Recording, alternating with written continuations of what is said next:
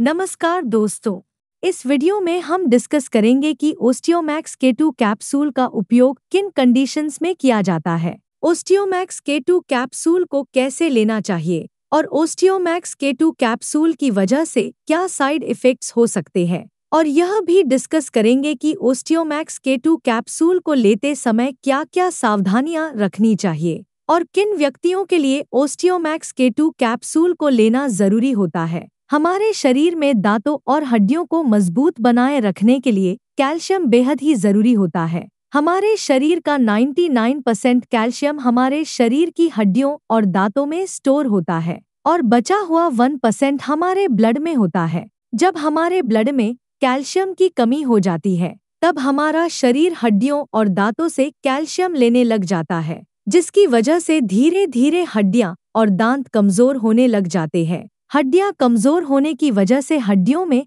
हल्की सी चोट या गिरने की वजह से भी फ्रैक्चर हो सकता है। कैल्शियम की कमी की वजह से दांतों की जड़ें कमजोर हो जाती है और दांत भंगुर होकर टूटने लगते हैं, और छोटे बच्चों में कैल्शियम की कमी होने पर उनके दांतों को निकलने में देरी हो सकती है या लंबा समय लग सकता है। बच्चों में कैल्शियम की कमी लंबे समय तक रहने पर उनकी हाइट भी कम रह सकती है। कैल्शियम की कमी की वजह से बच्चों में रिकेट्स हो सकता है और 19 साल से अधिक उम्र के व्यक्तियों में ऑस्टियोमलेशिया और ओस्टियोपोरोसिस होने का रिस्क अधिक हो जाता है। ओस्टियोपोरोसिस एक हड्डियों का रोग है जिसमें हड्डियां बहुत ही कमजोर व अंदर से खोखली हो जाती है, जिसकी वजह से हड्डियों में हल्की सी चोट या गिरने की वजह से भी फ्रैक्चर हो सकता है। शरीर में कैल्शियम की कमी होने पर शरीर की हड्डियों और जोड़ों में दर्द रहने की समस्या भी हो सकती है। कैल्शियम के साथ विटामिन डी भी लेना जरूरी होता है। शरीर में विटामिन डी की कमी होने पर भी कैल्शियम की कमी हो सकती है,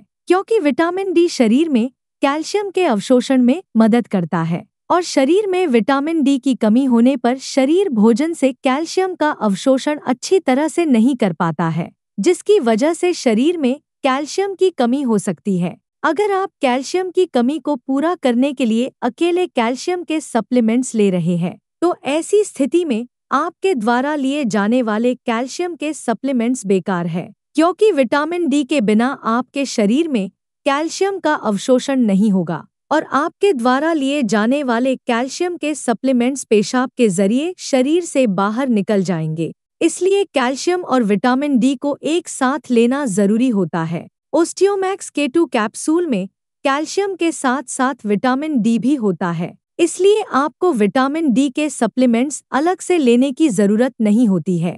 दोस्तों, अगर आपको वीडियो पसंद आ रहा है तो कृपया वीडियो को लाइक करना व चैनल को सब्सक्राइब करना न भूलें। अब हम डिस्कस करेंगे कि ओस्टियोमैक्स K2 कैप्सूल का उपयोग किन कंडीशंस में किया जाता है। ओस्टियोमैक्स K2 कैप्सूल का उपयोग शरीर में कैल्शियम की कमी होने पर, हड्डियों में फ्रैक्चर होने पर, रूमेटॉइड अर्थराइटिस और ऑस्टियोआर्थराइटिस होने पर, शरीर के जोड़ों, हड्डियों व मांसपेशियों में दर्द होने पर, न्यूरोपैथिक दर्द होने पर यानी नसों का दर्द होने पर, डायबिटिक न्यूरोपैथी होने पर, गर्भवती महिलाओं और स्तनपान करा रही महिलाओं के लिए, ऑस्टियोपोरोसिस होने पर, ऑस्टियोमलेशिया या रिकेट्स होने पर, शरीर में न्यूट्रिशन की कमी होने पर, शरीर में दांतों, जोड़ों और हड्डियों को स्वस्थ बनाए रखने के लिए, और जो व्यक्ति मिर्गी या दौरों की दवाइयां ले रहे हैं जैसे फेनोबारबिटल फेनिटोइन, उन व्यक्तियों को भी डॉक्टर ओस्टियोमैक्स K2 कैप्सूल को लेने की सलाह दे सकता है।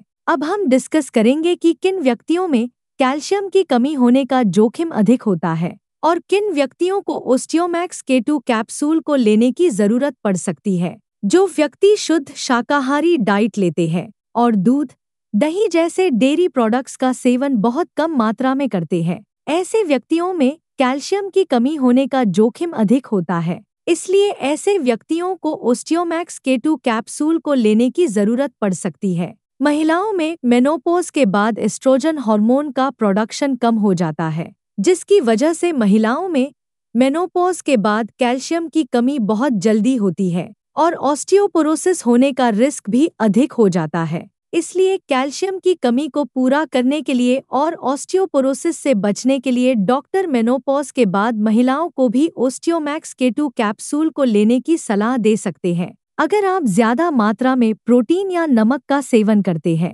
तो आपके शरीर में कैल्शियम की कमी हो सकती है, क्योंकि प्रोटीन और नमक का सेवन अधिक मात्रा में करने से शरीर से कैल्शियम ज्यादा मात्रा में बाहर निकलता है। अगर आपने स्टेरॉयड दवाओं का सेवन लंबे समय तक किया है या कर रहे हैं तो आपका डॉक्टर ओस्टियोमैक्स K2 कैप्सूल को लेने की सलाह दे सकता है, क्योंकि स्टेरॉयड दवाओं का लंबे समय तक सेवन करने से ऑस्टियोपोरोसिस हो सकता है। इसलिए ऑस्टियोपोरोसिस होने के रिस्क को कम करने के लिए भी डॉक्टर ओस्टियोमैक्स K2 कैप्सूल को लेने की सलाह दे सकता है। इसके अलावा किडनी फेलियर होने पर भी शरीर में कैल्शियम की कमी बहुत जल्दी होती है। जिन व्यक्तियों को लैक्टोज इंटॉलरेंस की समस्या है, उन व्यक्तियों में भी कैल्शियम की कमी हो सकती है। लैक्टोज इंटॉलरेंस की समस्या होने पर व्यक्ति दूध को अच्छी तरह से पचा नहीं पाता है, जिसकी वजह से भी शरीर में कैल्शियम की कमी हो सकती है। अगर किसी व्यक्ति को दूध को पीने के बाद पेट में दर्द,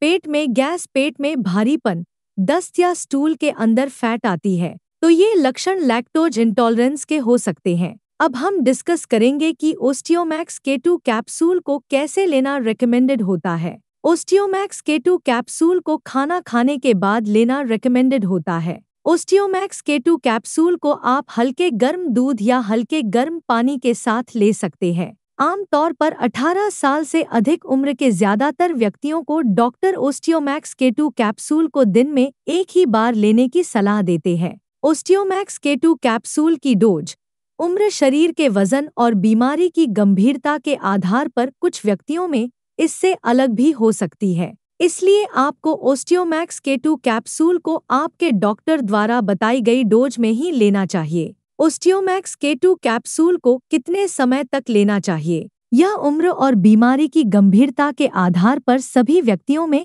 अलग अलग हो सकता है। इसलिए ओस्टियोमैक्स K2 कैप्सूल को डॉक्टर की सलाह के बिना ज्यादा लंबे समय तक नहीं लेना चाहिए। दूध में कैल्शियम भरपूर मात्रा में पाया जाता है और दूध से बने उत्पाद जैसे पनीर और दही में भी कैल्शियम अधिक मात्रा में पाया जाता है। इसलिए अगर आप अपने शरीर की कैल्शियम की कमी को प्राकृतिक खाद्य पदार्थों से पूरा करना चाहते हैं तो आपको इनका सेवन पर्याप्त मात्रा में करना चाहिए। 1 लीटर दूध में लगभग 1300 mg कैल्शियम होता है। अगर कोई व्यक्ति या बच्चा प्रतिदिन 1 लीटर दूध को 2 भागों में बांटकर सुबह शाम पी लेता है तो उसमें कैल्शियम की कमी नहीं होती है। इसके अलावा मूंग दाल, बादाम, नारियल, सोयाबीन, आम, संतरा और आंवला भी कैल्शियम से भरपूर होते हैं। इसलिए इनका सेवन आपको भरपूर मात्रा में करना चाहिए। साइड इफ़ेक्ट्स की बात करें तो वैसे तो ओस्टियोमैक्स K2 कैप्सूल एक बहुत ही सुरक्षित दवा है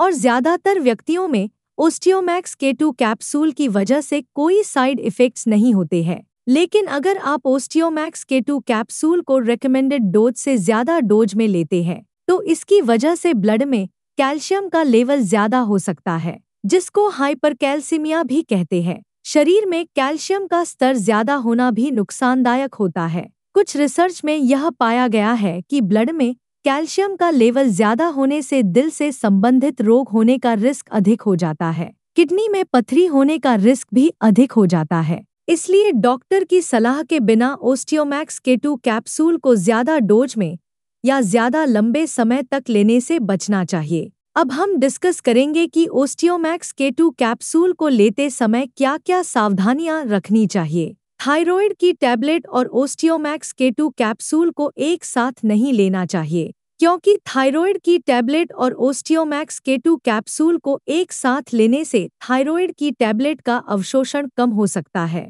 जिसकी वजह से थायराइड की टैबलेट की प्रभावशीलता कम हो सकती है। अगर आप थायराइड की टैबलेट को लेते हैं तो आपको थायराइड की टैबलेट और ओस्टियोमैक्स K2 कैप्सूल में 8 से लेकर 10 घंटे का गैप रखना चाहिए। किडनी की कोई समस्या होने पर और किडनी में पथरी होने पर ओस्टियोमैक्स K2 कैप्सूल को डॉक्टर की सलाह के बिना नहीं लेना चाहिए। आपको ओस्टियोमैक्स K2 कैप्सूल को लेते समय आयरन के सप्लीमेंट लेने से बचना चाहिए, क्योंकि कैल्शियम के साथ आयरन के सप्लीमेंट लेने से कैल्शियम शरीर में आयरन के अवशोषण को रोक सकता है। वीडियो को देखने के लिए आपका धन्यवाद। अगर आपको वीडियो पसंद आया तो प्लीज़ वीडियो को लाइक कर देना, चैनल को सब्सक्राइब कर लेना और अगर आपका ओस्टियोमैक्स K2 कैप्सूल से संबंधित कोई प्रश्न है तो आप कमेंट करके पूछ सकते हैं।